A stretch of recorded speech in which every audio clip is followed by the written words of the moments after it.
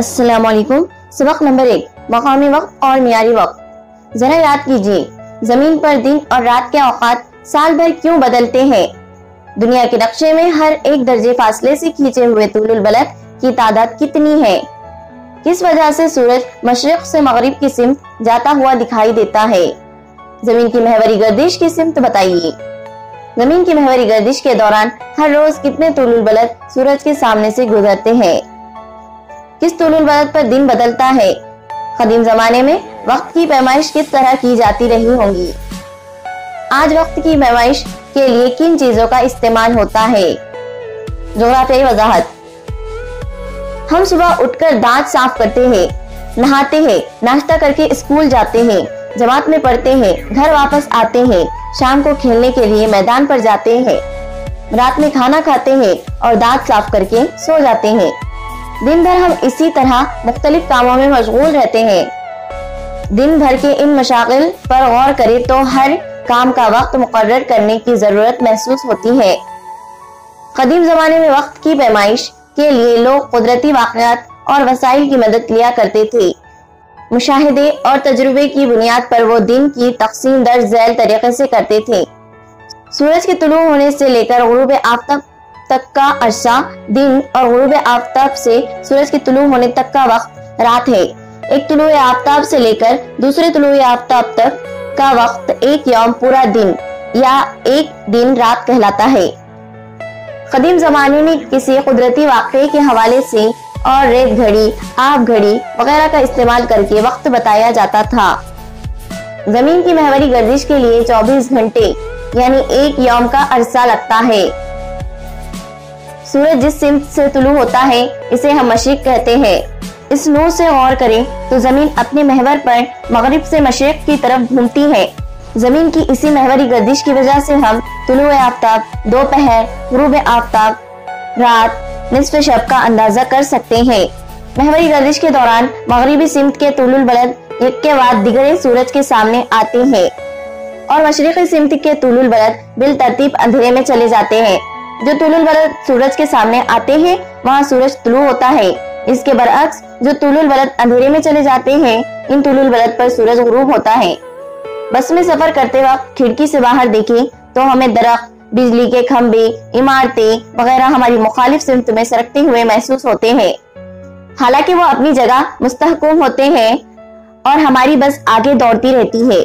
کل اسی طرح زمین کے اپنے محور پر گھومنے کی وجہ سے سورج کا مقام ہر دن مشرق سے مغرب کی جانب سرکتا ہوا محسوس ہوتا ہے۔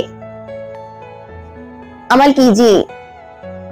کسی خوب روشن دن میں کھوکھو کھیل کے میدان پر جا کر درج ذیل عمل کیجیے۔ اس کے لیے دیے ہوئے نکات اپنائے جائے۔ کھوکھو میدان میں گڑھے ہوئے کھمبوں میں سے دن بھر دھوپ میں رہنے والے ایک کھمبے کا انتخاب کیجیے۔ دن بھر مختلف اوقات میں اس کھمبے کا سایہ کس سمت میں پڑتا ہے اس کا مشاہدہ لیجیے۔ سائے کی لمبائی ناپیے اور اس کا اندراج بیاض میں کیجیے۔ سائے اور سورج کی سمتوں کا بیاض میں اندراج کیجیے۔ شکل 1.1۔ بتائیے کہ سایہ جب سب سے چھوٹا ہوتا ہے اس وقت آسمان میں سورج کہاں ہوتا ہے؟ بتائیے کہ سایہ دن بھر میں کس وقت طویل دکھائی دیا؟ جغرافیائی وضاحت۔ صبح اور شام کو سایہ بہت طویل رہتا ہے جبکہ دوپہر میں بہت چھوٹا۔ مشاہدے کے ذریعے سمجھ میں آیا ہوگا۔ کھمبے کے تعلق سے کہا جائے تو آسمان میں سورج کا مقام بدلنے کی وجہ سے کھمبے کے سائے کی لمبائی اور سمت بدلتی ہے۔ شکل 1.1 دیکھیے۔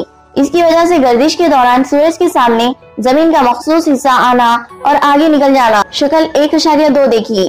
اسی ضمن میں ایک اور بات ہمارے تجربے میں آتی ہے، وہ یہ کہ صبح اور شام کو ہوا کی تپش یعنی گرمی میں کمی محسوس ہوتی ہے جبکہ دوپہر میں زیادہ ہوتی ہے۔ مقامی وقت۔ طلوع آفتاب کے بعد سورج جیسے جیسے آسمان میں اوپر سرکتا ہے ہمارا سایہ چھوٹا ہوتا جاتا ہے۔ دوپہر کے وقت عموماً ہمارے سائے کی لمبائی سب سے کم ہوتی ہے۔ دوپہر کے بعد سورج مغربی افق کی جانب سرکنے کی وجہ سے شام ہونے تک ہمارا سایہ پھر طویل ہوتا جاتا ہے۔